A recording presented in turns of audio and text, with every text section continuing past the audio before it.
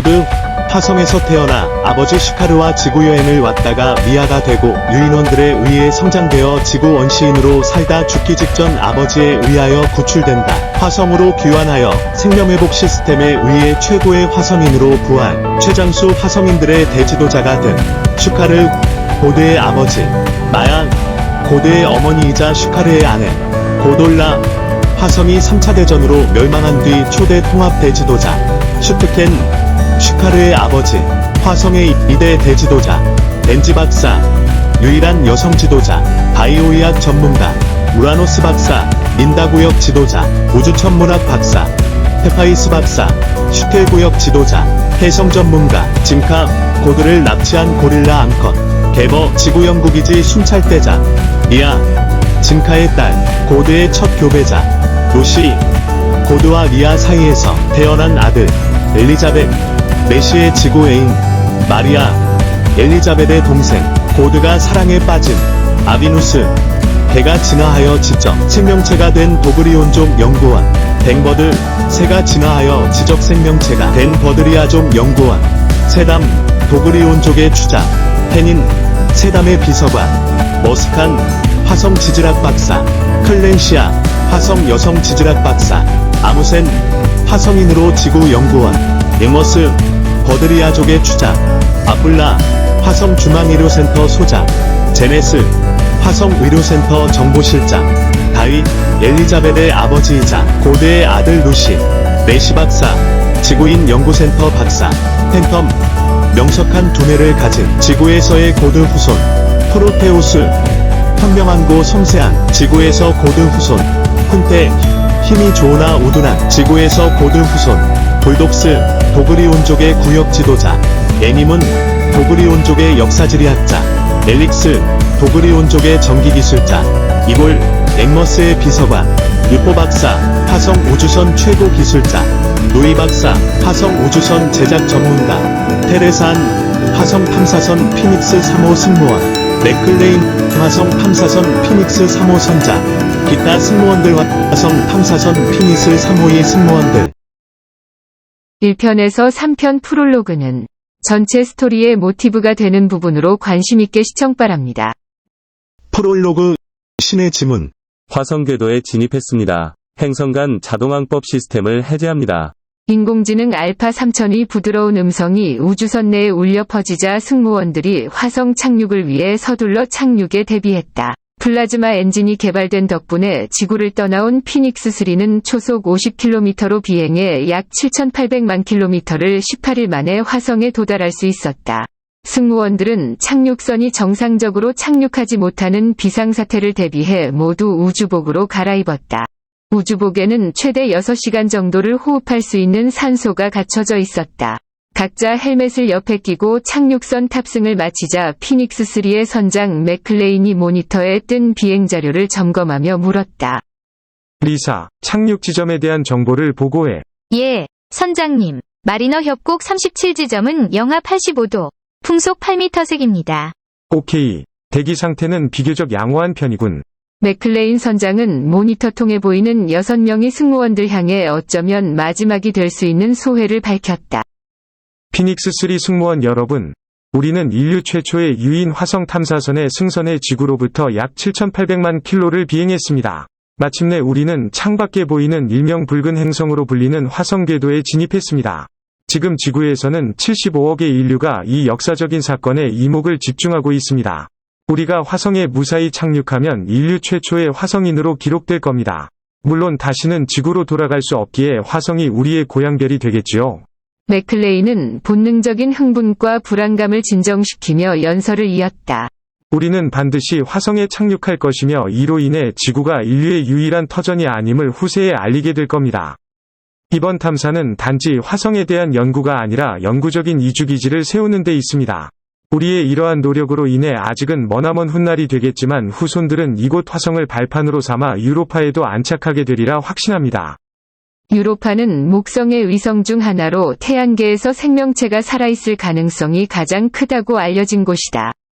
지구로부터 워낙 먼 거리에 있기에 여태까지 한 차례의 무인 탐사선만 유로파를 탐색하는 데 그쳤다. 맥클레인은 조종석 창문을 통해 보이는 화성을 감상하면서 무거운 분위기를 누그러뜨렸다. 학자들의 주장이나 어쩌면 공상과학 소설가들이 상상한 대로 우리는 화성의 지하 깊숙한 곳에 살고 있는 화성인들을 만나게 될지도 모릅니다. 그러면 우리는 최초의 화성인이 아니라 방문객이 되겠지요. 솔직히 화성인을 만나게 되면 어떤 말로 인사를 해야 할지 걱정입니다. 승무원들이 나직한 웃음을 터뜨렸다. 인류 공용어인 하이가 어떨까요? 그건 너무 경박해 보여요. 폼이 있게 봉주르가 나을 것 같네요. 그 문제는 언어학자 테레사 한에게 물어야 하지 않겠소? 승무원들의 모니터에 테레사 한의 모습이 부각되었다. 테레사 한은 인류의 언어와 문자에 대해 해박한 지식을 지닌 한국계 미국인 승무원이다. 행여있을 화성의 고대 문명의 존재를 확인하기 위해 최종적으로 그녀가 선발되었다. 테레사 한이 싱긋 미소를 띄었다. 만일 화성인을 만나면 굳이 인사말을 찾으려 노력하지 않아도 돼요. 여태껏 지구의 탐사선으로도 찾아내지 못할 만큼 고도의 문명이 혹시 화성 지하에라도 존재한다면 화성인들은 굳이 말을 건네지 않아도 될 겁니다. 1등 항에 쌓인 왕첸이 물었다. 화성인이 텔레파시라도 지녔단 말입니까? 이런 척박한 환경에서 화성인들이 여태 생존해 있으려면 초고도의 과학기술이 필요합니다. 그렇다면 화성인들은 우리가 상상하는 생명체와 다를 수 있겠지요.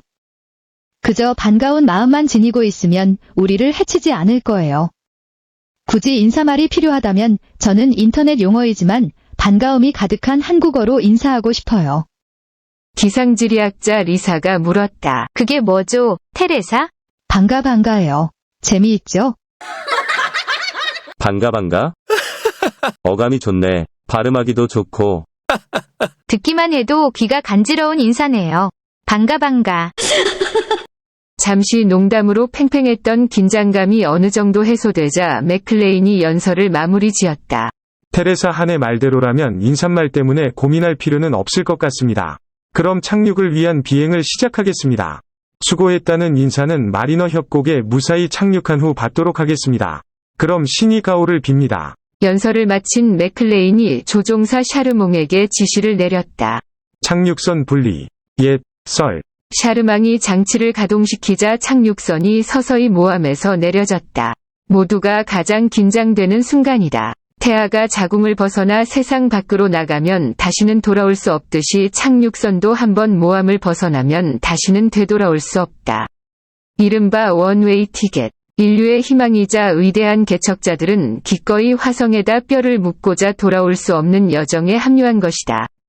모함에서 떨어져 나온 착륙선이 화성 궤도를 따라 빠른 속도로 비행했다. 궤도를 따라 화성으로 진입하기 위해서는 마하 13의 속도가 요구된다. 화성의 대기가 희박하다지만 초고속에 의한 마찰열로 착륙선의 표면이 붉게 달아올랐다. 선내의 압력 또한 엄청나 승무원 모두는 심장이 터질 지경이었다. 착륙선이 궤도를 선회하면서 대기권으로 진입하자 샤르몽은 LDSD를 작동시켰다. LDSD는 저밀도 초음속 감속기로 화성처럼 대기가 희박한 행성에 착륙할 때 사용되는 엔진이다. LDSD 덕분에 착륙선의 비행 속도가 현격하게 감속되자 승무원들은 비로소 엄청난 압박감에서 벗어날 수 있었다.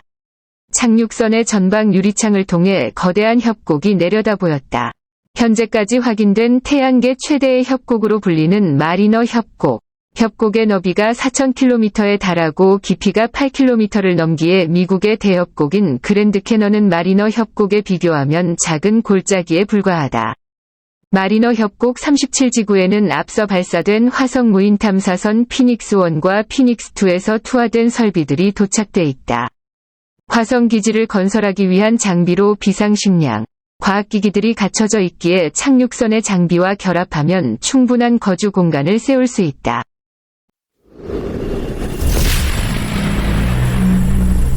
착륙선은 감속장치를 가동했지만 여전히 마하의 속도로 마리너 협곡을 비행하고 있었다. 공기 밀도가 희박해 자연 감속은 기대할 수 없어 역추진 엔진을 가동해야만 속도를 줄일 수 있다. 착륙 지점인 37지구까지 남은 거리는 700km 남짓. 맥클레인 선장이 감속을 지시했다. 역추진 엔진 가동. 썰. 조종사 샤르몽이 역추진 엔진을 가동시키자 착륙선은 서서히 감속하면서 시속 1000km 이하로 내려왔다. 마하 속도에서 벗어난 것이다.